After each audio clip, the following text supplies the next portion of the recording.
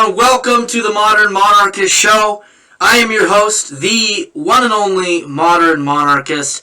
I am pretty sure I am, in fact, the only Modern Monarchist, in the true sense of the word. Hello, how is everyone doing? I had a wonderful birthday on Monday, and that is the reason why I could not be available to talk just about history, and to make myself, more or less, just basically a deposit, a talking head for old facts and knowledge. But I'm back here on Tuesday, and I am going to be digging in deep on a big fact on today in history. If you cover the previous past two great epochs of the show, you might be wondering about what I'm covering now. For the very first epoch of the show we covered was the First Crusade. We covered that for like 20 episodes. Then we covered Verdun. Now we're on something a little different, something a little less, less attritional. Verdun was very attritional because it is a World War I battle. It was dark, it was dirty, it was grimy. But history is full of blood. It's not by speeches or politics that history is made, but by blood and iron. I think I just bastardized Bismarck. A Bismarck quote. But that is how history is made, and that's how history is going to be related to you. I hope I become part of your 6 p.m. Eastern Time routine. Thanks for the happy birthday salutations. Hello, Matt. Hello, Mauser Cowboy. Hey, James. I'm going to be reading chat perhaps throughout or at the end. Not sure. For the most part, we do it at the end. But today, March 15th, is a very dark day in general in history. It is a day of betrayal. It is a day of traitors.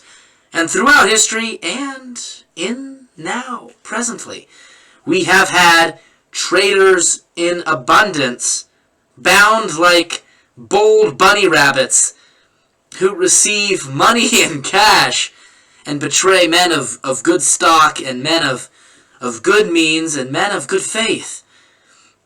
Caesar may have been the first famous person to have ever been truly betrayed in such a fashion as he was.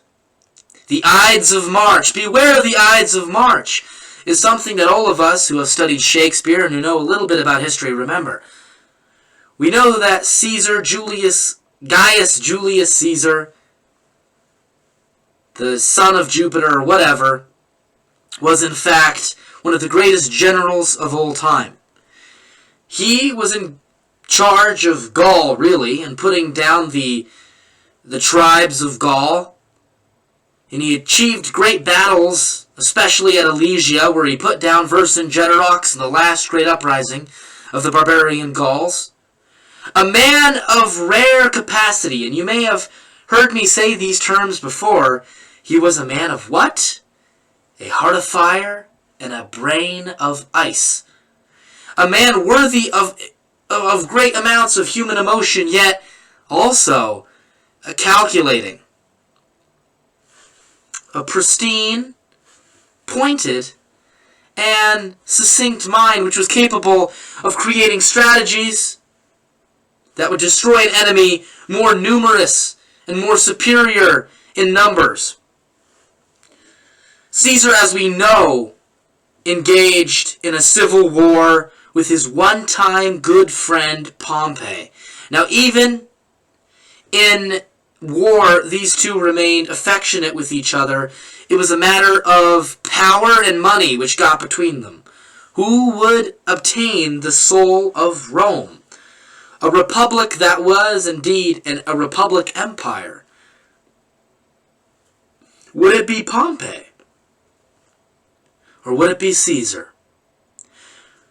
When a soldier of Caesar's brought Pompey's head outside of the usual battlefield style of bringing someone's head, Caesar was beside himself with absolute grief.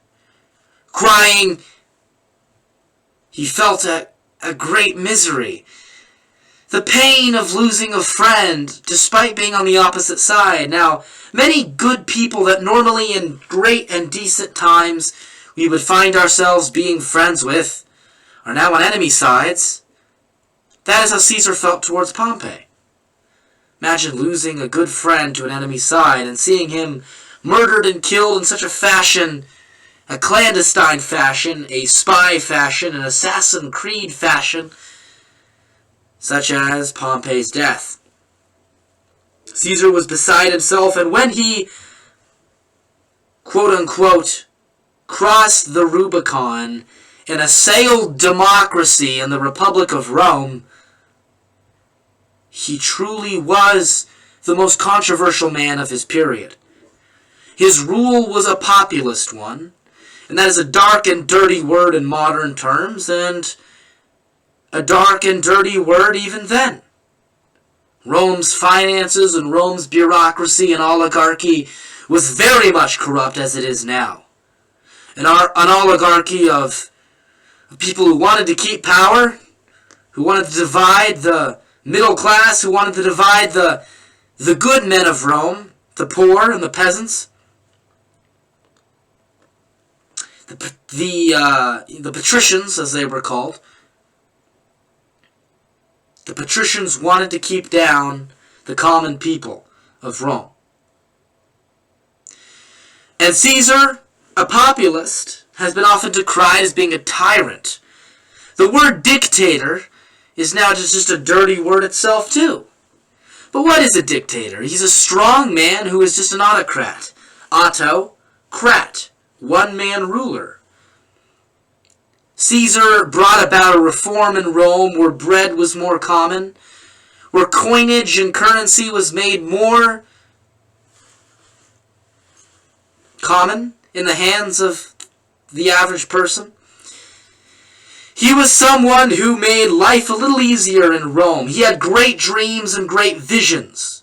When he declared himself a dictator for life, he made many enemies. Many enemies in the Senate, especially those who had ties and interests into certain nefarious economic and powerful business groups.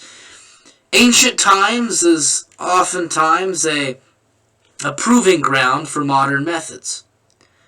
And modern methods are banking, money, class. And that's what brought down Caesar. Caesar, as I mentioned, had a heart of fire. He understood that you need to make friends sometimes with enemies, and you need to improve those who would be enemies by being gregarious and by being giving of yourself. And by giving of himself, Caesar was able to make many friends. For instance, when Cleopatra and the Egyptian elite tried to assassinate him, and it failed, Caesar was friendly with her after it failed. Yes, she was a succubus. Yes, she had captured his heart and gained his lust. But Caesar was a man who was willing to make friends with those he knew who were politically powerful. He had a great giving heart. A decision that was often made, that describes Caesar most appropriately, is one where he was captured by pirates as a young man in the Mediterranean. These pirates told Caesar that they would give a good bounty and a good ransom price for his head. Caesar, being a friendly, talkative Italian, he said, well, one day I'm going to come back here with a large force and I'm going to kill you. That's putting it in layman's terms. These layman's terms gradually became true.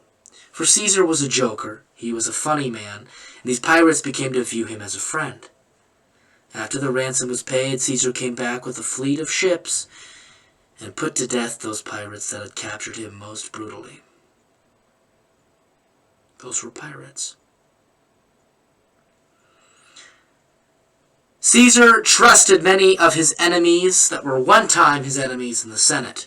He wanted to build a Rome that was one of where people could grow to great potential. Not just of spiritual stature, but of moral one. His nephew Augustus would take this one level next in trying to build the virtue of these pre-Christian pagans. Perhaps the most virtuous pre-Christian pagans. Octavian was amongst them. Caesar was a man of dynamism and intelligence. He's one of the greatest leaders of all time. And yet to be betrayed by a gaggle of geese, of baying dogs such as the Senate. Caesar was a man of conscientious intelligence. But perhaps he was too trusting. And as he walked into the Senate room on March 15th, the Ides of March, he found himself amidst a hostile crew of people that he had thought he had gained the trust of. These politicians, these senators, gathered around him in an accusatory fashion, and in a fury of frenzy, they stabbed him with knives and sharpened objects, stabbing him many times, betrayed by his friend and perhaps, as many historians describe him as being perhaps an illegitimate son. But I doubt this, maybe. But a near and dear friend, Brutus, who delivered the fatal blow, emotionally and physically. He was stabbed to death in a brutal fashion. His friends were far away from him, Mark Antony, his greatest servants and friends. And he died in a pool of blood. A great leader. And how many times have we seen great leaders betrayed by so-called friends? Done in a bloodless fashion was the betrayal of Donald J. Trump by his so-called friend and Vice President Mark Pence. Accursed be his name. Accursed be the Republicans who betrayed a legitimate president who was illegitimately overthrown in an election. Caesar was done in a bloody fashion. Trump was done in a bloodless fashion. Perhaps few of us, if anyone, ever, will know the true nature of the betrayal of Trump and what happened that fateful day of January 6th, known as Patriots' Day. A day decided by nefarious means, by clandestine means. Our man, our Trump, betrayed by Republicans who boomers love. Pence, a man that people thought was a moral man because he never met privately with a woman. A man of moral virtue, they said, but perhaps bought off by nefarious means, betrayed his president, his friend. Because money talks and merit walks.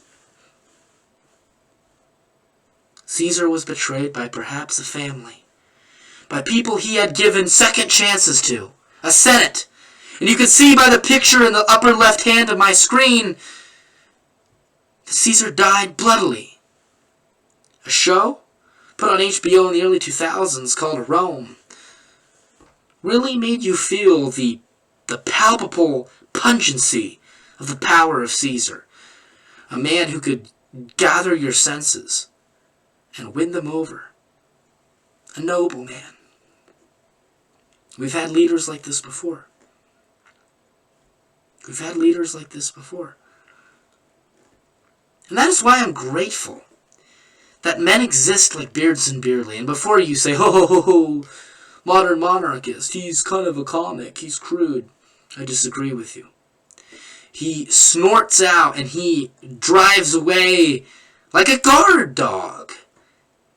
The evil men that would try to social climb, and by social climbing put themselves in a position where with influence from outside sources they could find themselves playing the part of a betrayer, of a traitor. I'm grateful that we have men in our movement, and it is a movement. Our detractors sometimes say, oh, you're just a bunch of talkers. You wouldn't walk the walk. And that is not true. I would walk the walk for Nick Fuentes.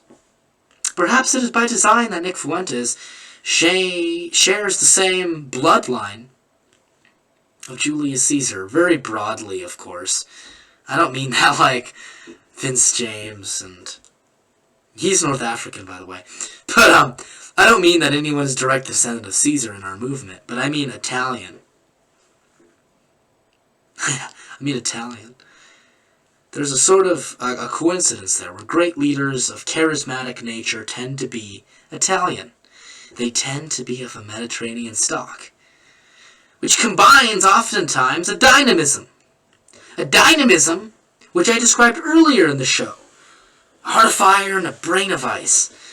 That is what dynamism is. It's that feeling that you feel in your soul and your heart when you smell blood in the water and you attack like a great white shark and you pursue and you attack the jugular. That's dynamism. Dynamism is something that comes naturally to people.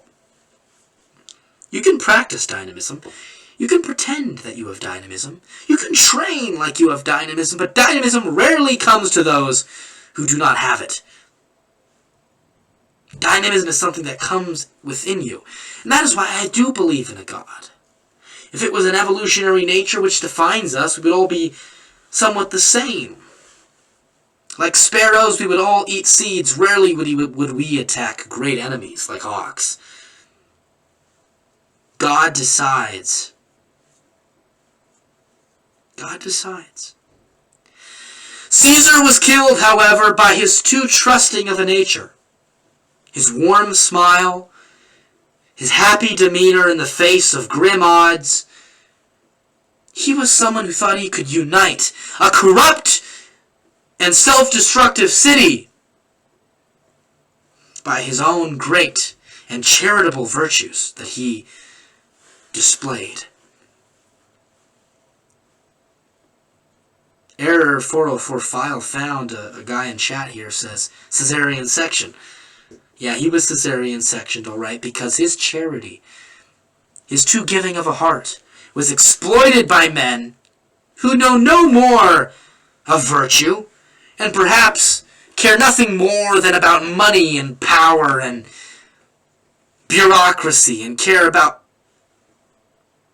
basic and ambiguous things such as democracy. Democracy at the time of Caesar, my friends, was in shambles. The moral state of Rome, its women, its men, was adulterous and of a fornicating nature. Not just spiritually, but giving themselves body and soul to foreign and multi-ethnic interests. Caesar displaced that. Yes, he was a man who wanted power. Most historians agree he wanted power. But he wanted power because he knew that he could bring back Rome's virtue and could bring back a prosperity in Rome that was being destroyed by the myth of democracy and being destroyed by the myth of bureaucracy. Like a Francisco Franco, he declared himself a dictator for life. And whether that can be taken by modern historians who like to put things in a postmodernist life like most fags do, or not, he also wanted to bring back the virtue. Because it is one man.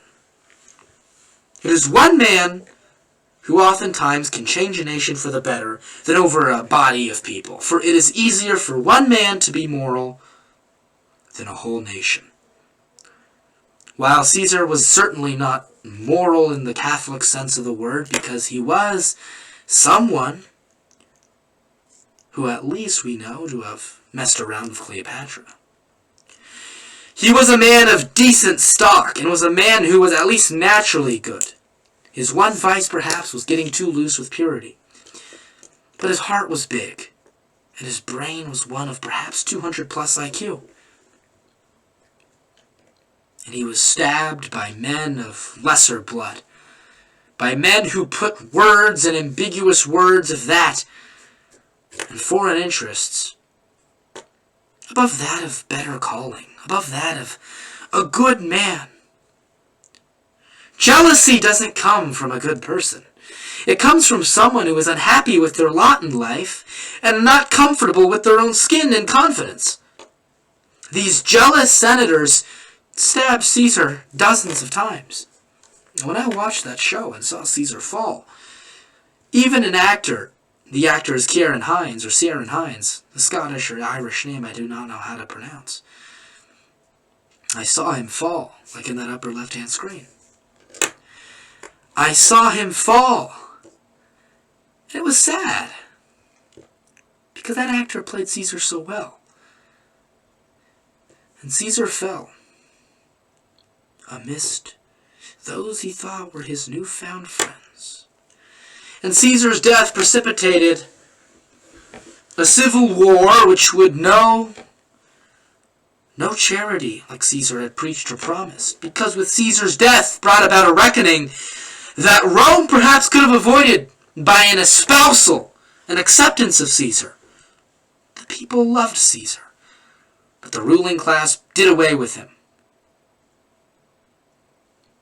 Caesar's nephew Octavian, later known as Caesar Augustus, a man of perhaps icy-like brain and very little heart, would defeat the too-much heart Mark Antony, a man enslaved by his passions and vices, who would become the next lover, like his general and lord had become, of Cleopatra.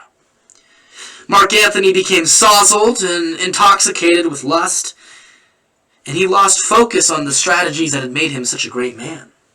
Yes, he was loyal, but his purity of heart and conscience and soul led him astray.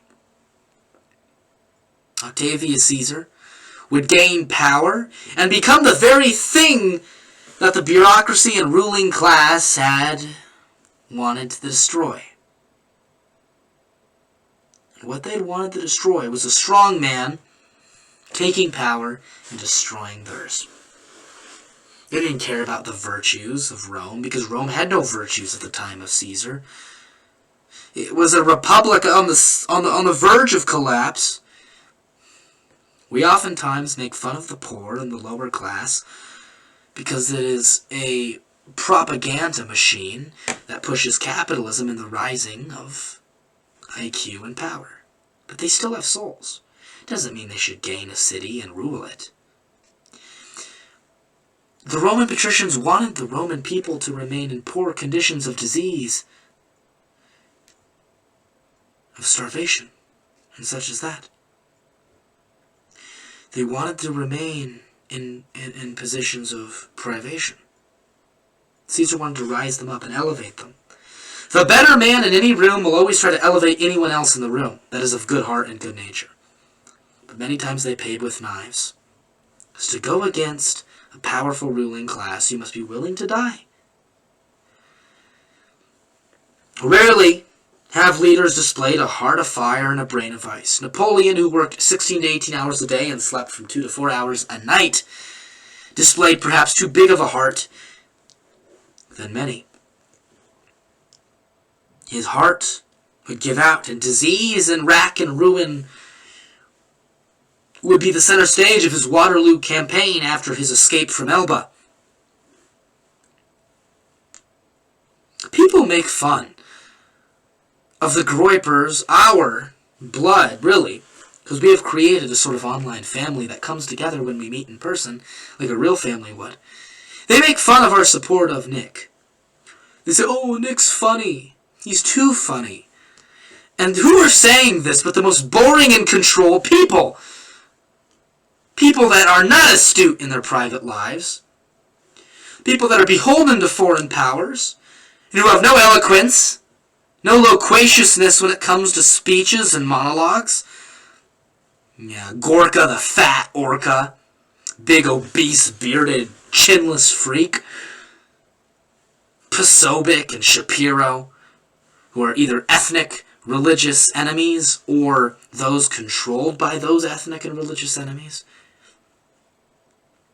History repeats itself, and I've seen it said where Nick could be a once-in-a-generation person, but I take it a step forward in which he could be more than just a once-in-a-lifetime person.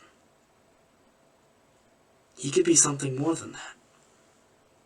He could be a once-in-a-300 years. He is a man of the people, yet a leader above all. Someone who commands respect from us, his future constituents, because I know he will hold power someday.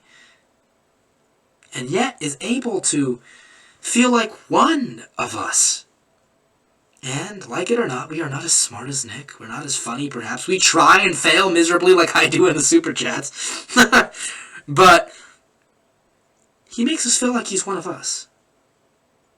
Yet he's a man of exceedingly high dynamism for a man of his age.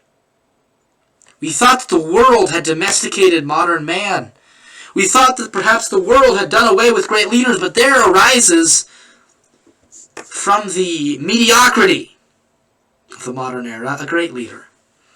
And that's Nick. That is why I'm happy that our movement has people that are strong and nearby Nick, that do away with traitors and do away with would-be traitors. How is it that you find that people who just merely push themselves and push their agendas try to cast their webs around AF and try to do away with the lack of bureaucracy that we have? And the lack of bureaucracy is what makes it beautiful. People always say, oh, we need more elected officials, we need more of this certain strata of people who represent us. Whenever you hear someone call for more democratization and more bureaucracy and more officials, it usually means that they're trying to water down something that is pure and good. We don't need retards in general. But we don't need retards who try to spout their own errors and try to worm in. The one mistake of Caesar that he made was being too trusting. He trusted snakes in the robes of virtue and goodness, the Roman Senate robes, and these men pulled weapons on him, and weapons that were forbidden in the Senate room. And they killed him. They killed him. They killed Caesar. And I don't want that to happen to any great leaders. I don't. I'm going to video screen something soon that you guys will find interesting from the HBO show Rome about the murder of Caesar. This day, March 15th, has also been a day of great betrayal for other people as well throughout history. And as a student of history, as I try to be, Odoacer was murdered on this day, and Empress Theodora in the 800s. We who find ourselves in this particular movement, perhaps through political means or spiritual, and I hope they're spiritual, are very keen and aware that trust and loyalty towards a leader is what is most important. We have done away with libertarians. We make fun of them. And never again will we make people who make most important the dissension of law. By what I mean of dissension of law, I mean like, oh, it's okay, it's actually good to dissent from good people, because it shows you have a mind of your own. We are trying to do away with Enlightenment evil and Enlightenment facts. March 15th was a day of murder for Caesar, and Caesar ruled less than 4 years because BC, which means before Christ, the BC chronology of years goes down, my friends. It goes down, leading up to the great birth of our Lord Jesus Christ. Blessed be his name. Caesar was founding great things in Rome for only a few years, for he crossed the Rubicon in 49 BC, proclaimed himself dictator in 44 BC, 44 years before the birth of Christ. Or as gay, liberal, fag historians would say, from a postmodern lens, before the Common Era. Well, what is the Common Era? What is the Common Era, gay historians? It's the birth of Christ. So say his name, you fags! I don't care if this episode gets me deleted. I'm sick and tired of these historians who find themselves in their silken diapers, coddled by a liberal elite, who do make fun of Christ by not mentioning him. It is Christ's day. It's Christ's day. It's Christ's day. There was a prophecy before Caesar's death, before he went to meet the Senate that fateful day, and Caesar should have listened to that prophecy. His wife warned him. It is said that Caesar entered the Senate, he was distracted by a senator and then stabbed by another one. The rest of the conspirators who had called for the death of Rome's great savior began stabbing multiple times. One of the greatest leaders who have ever lived. I mentioned Caesar early in the show was stabbed at least 24 times, and that is true. He was stabbed around 24, 25, 23, whatever. Multiple plus 20 times. He died on steps. He died on the steps of the Senate Hall. The traitors in their own souls and minds may have said, oh, we're saving the Republic by killing a dictator. Which Republicans who hate Trump and hate authority say when they betray Trump. But in reality, what will happen is that due to the actions of traitors, they will find what they feared most come true. Caesar was made a martyr in the eyes of the common Roman citizen. Their actions led to the second triumvirate of leaders to chase out the murderers of Caesar, and also brought about Caesar Octavian Augustus, becoming the leader, the nephew of Caesar. I believe the same will happen. Since Trump was betrayed by a disgusting and degenerate Republican elite who still somehow have the favor of people who drool and watch Fox News, they will find themselves fearing Nick Fuentes in the years to come. My soul truly believes in this man and that he will gain power. He will gain power. 500 years after the death of Caesar, a similar betrayal took place. Odoacer was a German barbarian during the final days of the Western Roman Empire. And I say Western because we all know, if we study history, that the Roman Empire continued in the East. In the East, in Constantinople, and it continued until 1453. Odoacer was a German barbarian, a Germanic Teuton, who deposed Romulus Augustus, a weak and infantile last emperor of Rome. Odoacer became king of Italy. Odoacer ruled Italy, but he came in conflict with an emperor of the East, the true Roman emperor, Zeno. Zeno is the only emperor to have that name, and that is why he doesn't have a follower. Odoacer attacked the Balkans and attacked northern Greece and incorporated that area into his rule. Zeno, with money and with cunning that only a Roman and later a Byzantine, which is a androgynous word, if you will, for the Eastern Romans. If only a Byzantine could muster cunning and money, he persuaded the Ostrogoth Theodoric, oftentimes called the Great, to invade Italy.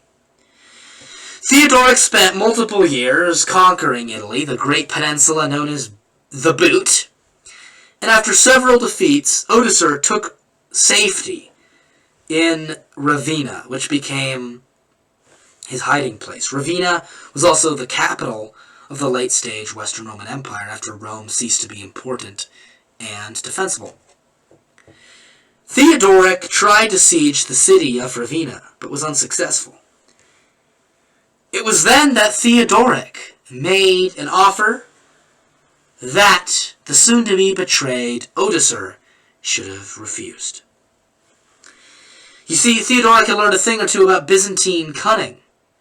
And Byzantine cunning meant, really, before the time of Machiavelli, that might makes right, that power is power and should be gained.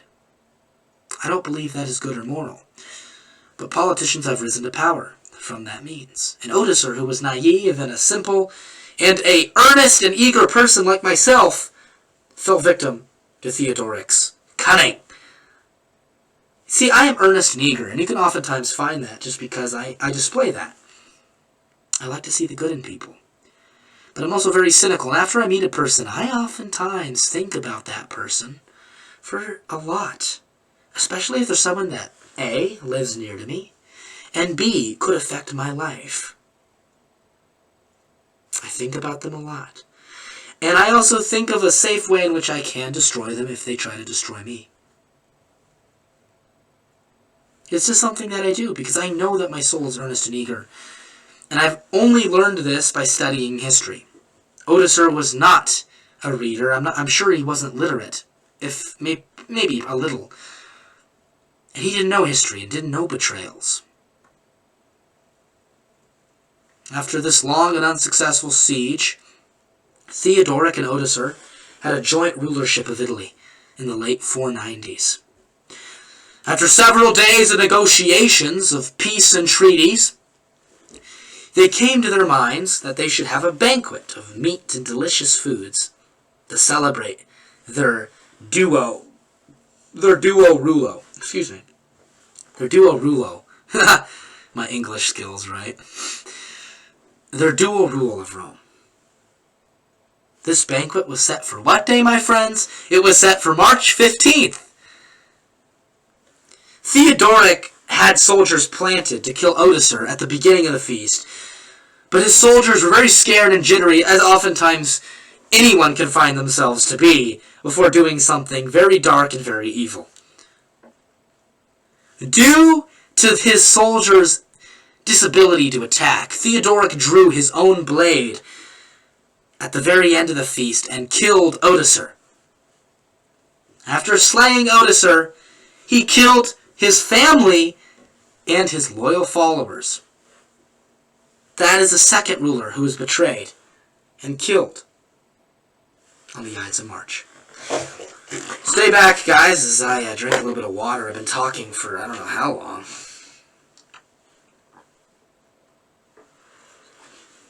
What's funny is, our next example from history comes from the Romans again, the Eastern Romans.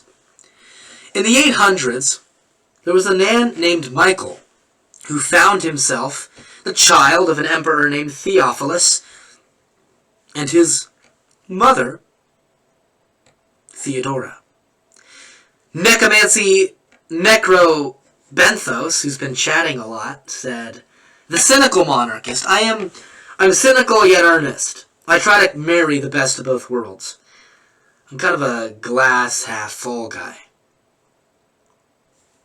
Yet I'd like to think that that glass could be poisoned. Therefore, I take my time." Michael, this Eastern Roman emperor, who was the son of Theophilus and of his mother Theodora, found himself without a father when he was only 2 years old. And if you've ever found yourself without a father from youth, you'll know that becoming a man and becoming a strong man is difficult. I have no need to explain further because you guys know this. There's enough people in our beautiful movement that describe the lack of a strong male figure as being always negative. It made Michael's mother, Theodora, a lot of Theos in the Eastern Roman world. It made Theodora the queen regent, if you will.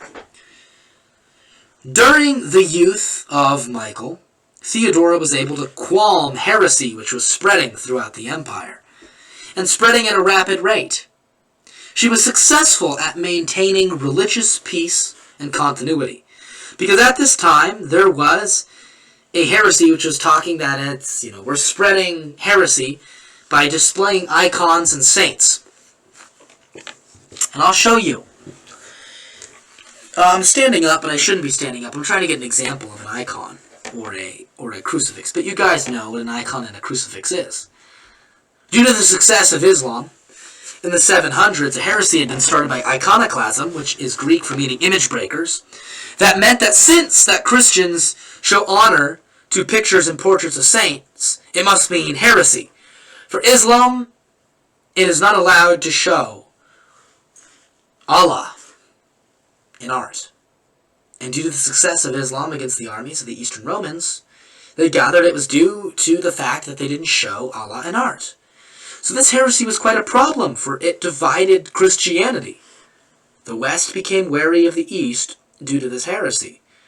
This heresy, which was insane and would be replicated by the Protestants under Luther and Zwingli and Philip Melanchthon, who in a fury and frenzy of really satanic fervor destroyed many beautiful things that were not points of idolatry, but merely a way for people to recollect themselves towards God. In the Eastern Roman world, this was happening in the 800s. Theodora was also successful in deterring a pagan, recently very dangerous tribe of people, the Bulgarians, from invading Byzantine property. But it was during these times, like most single mothers do when their children grow up to pubescence, she began to lose her control of her child and her son, Michael. As he was growing up, many people, patricians, eunuchs, and sniveling people of sinister nature, began to put their webs around Michael, the future emperor. Theodora's brother, Bardas, and Bardas is a very common name you'll find in Eastern Roman history, spent a lot of time as a sort of uncle. Yes, he was. But he spent a lot of time as a sort of friendly uncle, older brother of Michael, and started to turn slowly Michael against his mother. Bardas, this uncle, eventually accused Theodora of trying to take control of the throne forever and never giving it up to her son. Michael deposed his mother and became the emperor on March 15th in the 850s. He then forced his mother and all the women in his family to spend the rest of their lives as a sort of prisoner in a monastery, in a convent. Bardas maintained a ton of influence over Michael throughout his reign, and until Michael gained the friendship of another person. This person was Basil. Basil was a wrestler. Michael thought he was a fun guy, a sportsman, because he was strong and big. Michael was also a drunkard. In fact, this Michael, the third, would be known as Michael the Drunkard in common Eastern Roman lore and modern history. There was often a common saying, you guys ever heard this, like when the leaves fall? That saying, like, things will change when fall comes. You guys perhaps are not knowing of certain phrasing that I learned because of my ancient parents. But people oftentimes said, that'll come about when the emperor's liver fails. That was oftentimes a bet. When will the emperor die due to being ensozzled with liquor and wine? But however, Bardas, this uncle, who had betrayed his sister, Theodora, found himself soon to be betrayed. For while Bardas was successful, a man of astute mind and principles, despite betraying, he would soon be betrayed by this newfound friend, Basil, the wrestler. Basil would gain Michael's trust and then would assassinate Bardas, and then killed Michael. He killed Emperor Michael, his so-called friend, on the way back from the inn, from a tavern, from a bar, whatever you want to call him. Bardas, dead. Michael, dead. Basil, a simple wrestler, now found himself in control of the empire. In control of it all. By betraying his mother on the Ides of March, Michael got a bitter taste of his own pills, of his own medicine, if you will. There's a lot of things that we have to be careful about in this world, my friends. And I'm going to show you something that's going to make you sad. I'm going to show you something that'll make you a little sad, even though despite never having seen this show, you will be very disheartened. This is from the show Rome, the HBO show, which I've been mentioning several times throughout this episode of the Modern Monarchist show. You guys know I'm a boomer with technology. I'm going to show something that's going to make you very sad, though. You guys may not even know what Caesar looked like. You guys may not even have known who Caesar was. But you guys aren't going to be happy with what I'm about to show you, because it is the death of a great man. Dramatically reenacted, of course. But still the death of a great man. Going to put on display capture. Going to make it somewhat small.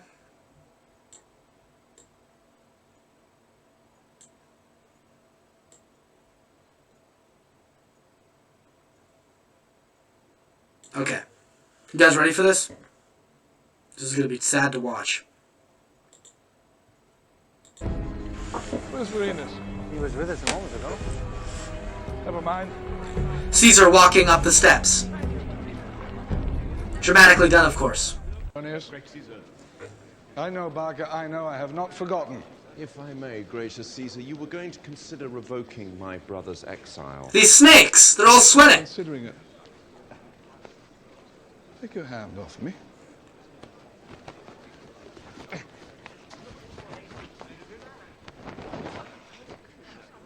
What are you waiting for? Now! Now! Now!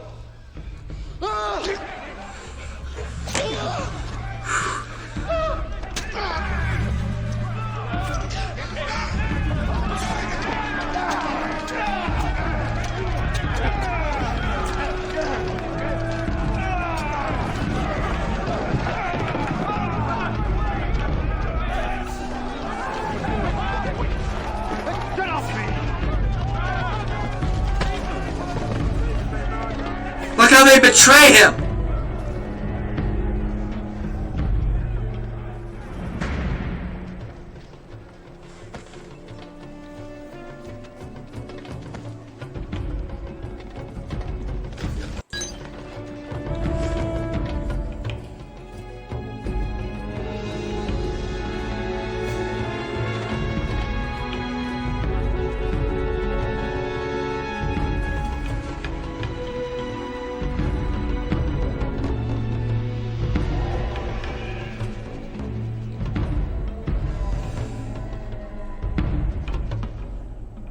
It's horrifying. How can you not feel sad from this? Do it. Brutus in the show. Now, I could talk about the inaccuracies of this scene, but save it, for the dramatic effect displays the true emotions of what happened.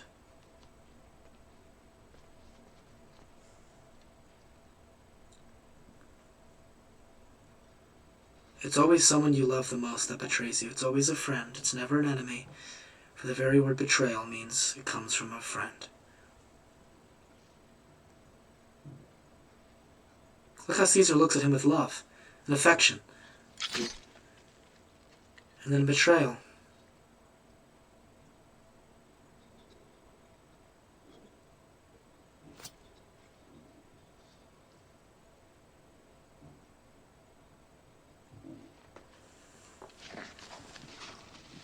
It's very sad.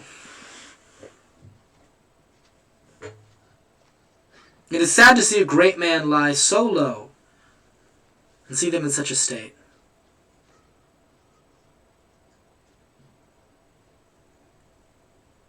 But he died in a pool of his blood. And then the show goes on in political deliberation.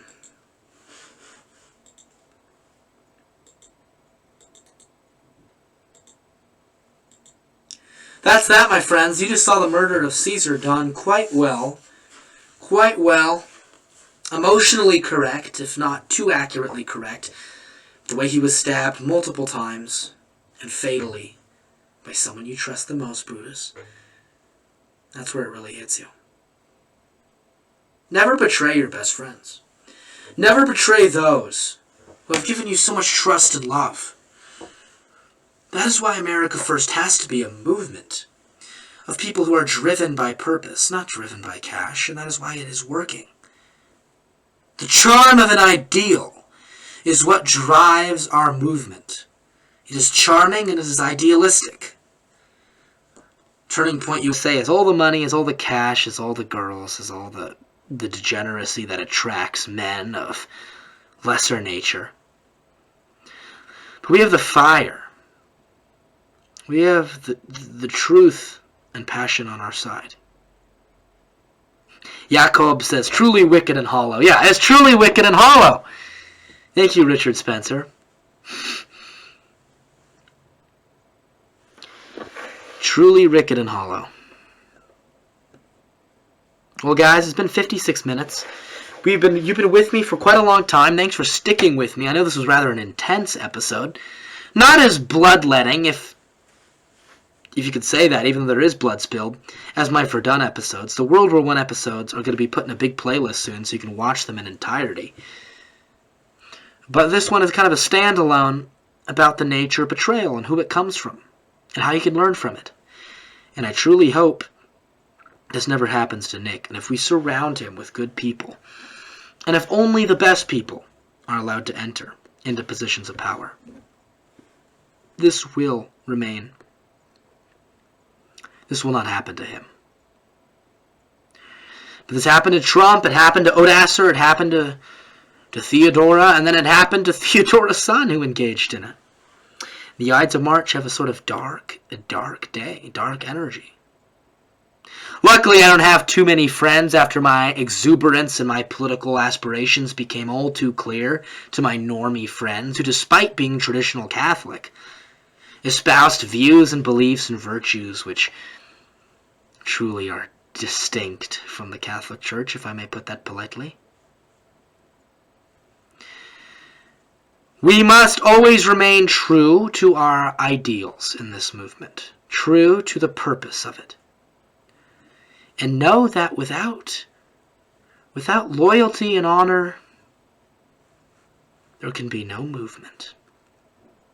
For even the greatest leaders such as Caesar, if they put too much trust in disloyal and disgusting traitors, can die. So put that into your mind and your souls today. Put that into your mind and souls.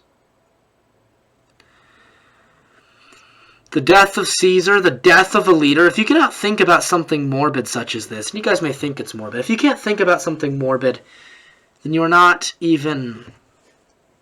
shouldn't even be allowed to think of anything happy.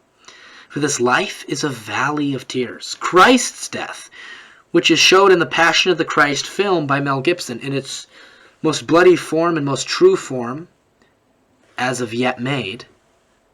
Sorry, the English is sometimes twisted in my speech. Got a lot of words floating up here, a lot of words. But the Passion displays that if you do not meditate upon the Passion of Christ, if you do not meditate on serious things, like the death of Caesar, but more perfectly the Passion of Christ, your mind shouldn't even be thinking about anything. Shouldn't be thinking about anything. The Passion of Christ was a death brought about by a traitor. It was going to happen because it was prophesied and deemed by God throughout history to happen. But Judas was a traitor. He was a traitor. And Christ was betrayed by one of his own. So always be careful who you let into your friend groups, because you will become the sum average of the 3 people you spend the most time with. Alright guys, we're going to end that super serious section of the show. It's been a little too much. It's been heavy. I've been dropping it down on you like it's like I'm a barn burning sermon pastor. I had a wonderful birthday. My best friend took me out to dinner. It was awesome. Truly awesome. It's great to have a good friend who's going to be with you for not just this life, but for the next, and in generations of your own children. I got some good books for my birthday. I got this book called The New Russians. I'm excited to read it. It's about the new class of Russians that took over and made Russia as we know it today after the fall of the Soviet Union.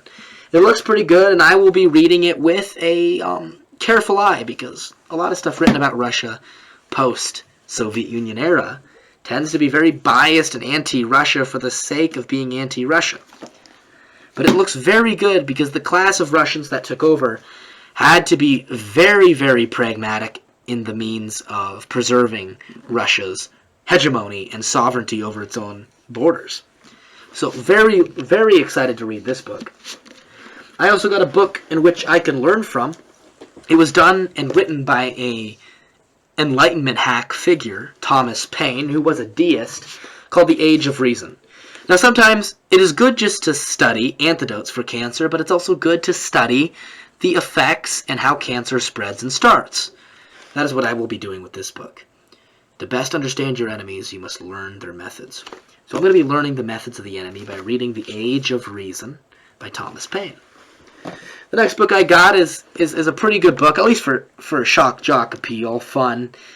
It's going to be The Politically Incorrect Guide to Islam and the Crusades. Always fun. It's a light read for me. Light read, you might say, whoa, modern monarchist. How is that a light read? If you looked at the books back there, you might be surprised to find some pretty heavy stuff. The next book I got is wonderful and thick. Thick and juicy. Not words you usually find describing a book, but it's almost 1,000 pages long on certain events that led up to bada bing, bada boom, the First World War. It's called Dreadnought, Britain, Germany, and the Coming of the Great War. We'll see how accurate it is. We'll see how accurate it is, but it looks thick. It looks very delectable. I will probably finish this off this year. The next book I got is a book that needs no introduction. It is a book on the early life of Winston Churchill. There's a 2-part book series done on the life of Winston Churchill. This part is about his early life until 1932. Churchill is not a good person. He's quite an evil person in our realm of thinking, and certainly I always distrusted him from the beginning whenever I read anything about him. He seemed cruel and a lover of war and beholden to foreign interests and monetary powers. But it's still an amazing book. And remember, to understand your enemies, you must learn about them and learn from them. This book is considered very expensive, very nice, and we got a used edition for my birthday that was attained in a reasonably inexpensive fashion. So yes, those are some new books I got for my birthday. I got a lot of good stuff. Turning 21 is a big thing, for me at least. As a Polak, alcohol oftentimes comes hand in hand. But here's the deal. Moderation, my friends. Moderation. Not too many people know what it is. A lot of people that have demons and problems with alcohol, whether it's ethnic or something of a more family root, they just do away with it completely because they lack the willpower, or they think they lack the willpower to do away with it. They don't think they can moderate themselves. They just I can never see it or touch it or smell it. But moderation's important. Drink a glass of wine at a nice dinner. Drink a beer when you hang out with friends. Just don't engage in this non-stop imbibing. The sozzling of your brain. Well, the show's been going for an hour and 4 minutes now. Had a good amount of people in chat. I expect the replays to be strong. Thank you for being a part of this show. I hope you guys learned something. Obviously, you found it interesting because really the same amount of people stayed in it throughout the show. Please try to spread it and share it if you are a lover of history, if you are a lover of discovering nuggets of bliss and truth by learning history. That is how we know, to a certain degree, on how to deal with the future, is by learning from history. And too many people who don't know history are just talking about historical things, talking straight out of their butt, like they're professors or philosophers. So I'm glad you can make it. We're going to end the show here. We're going to put on a song, a good song. We started with Gordon Lightfoot, a great Canadian ballad and troubadour maker. And I think we're going to end on a certain note too. Maybe, no, we'll start with kind of a fun, epic note. Yeah, let's do that. We will be back tomorrow, my friends. We'll be back Wednesday. Catch the show the same time, 6 p.m. Eastern Time. You're not going to want to miss it. We'll be talking about another interesting historical topic. And sooner or later, good things are going to happen to all of you if you keep listening to the show. Knowledge will be abounding. You'll be wanting to pick up books again. Perhaps, hopefully, due to my touching upon Catholicism, you will want to embrace that as well, in its truest and most traditional form. So why don't you just sit back, thanks for listening, let's put on some music, and take time to just stop hearing me talk. I'm also going to be featured in an interview soon. I'm doing an interview with some bigger YouTube channels, which you might like. Enjoy the song. It's kind of epic, guys. I'll talk to you later, guys. Modern Monarchist, signing out.